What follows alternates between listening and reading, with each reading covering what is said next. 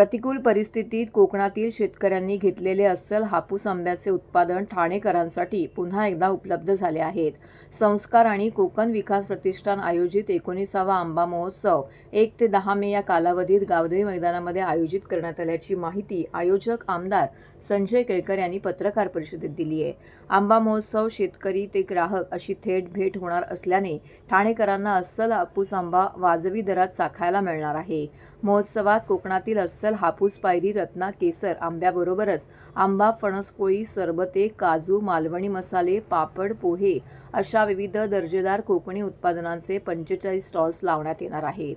गेल्या काही वर्षात प्रतिकूल हवामानामुळे आंब्याचं उत्पादन घटत चाललं आहे.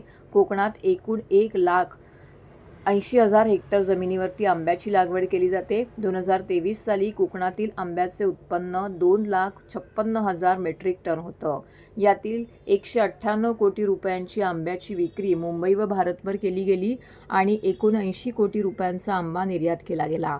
दरवर्षी हे उत्पन्न घटत जाऊन 2024 मध्ये 1,28,000 मेट्रिक टन होतं आणि 126 कोटींचा आंबा विकला गेला तर 54 कोटींच्या आंब्याची निर्यात केली गेली.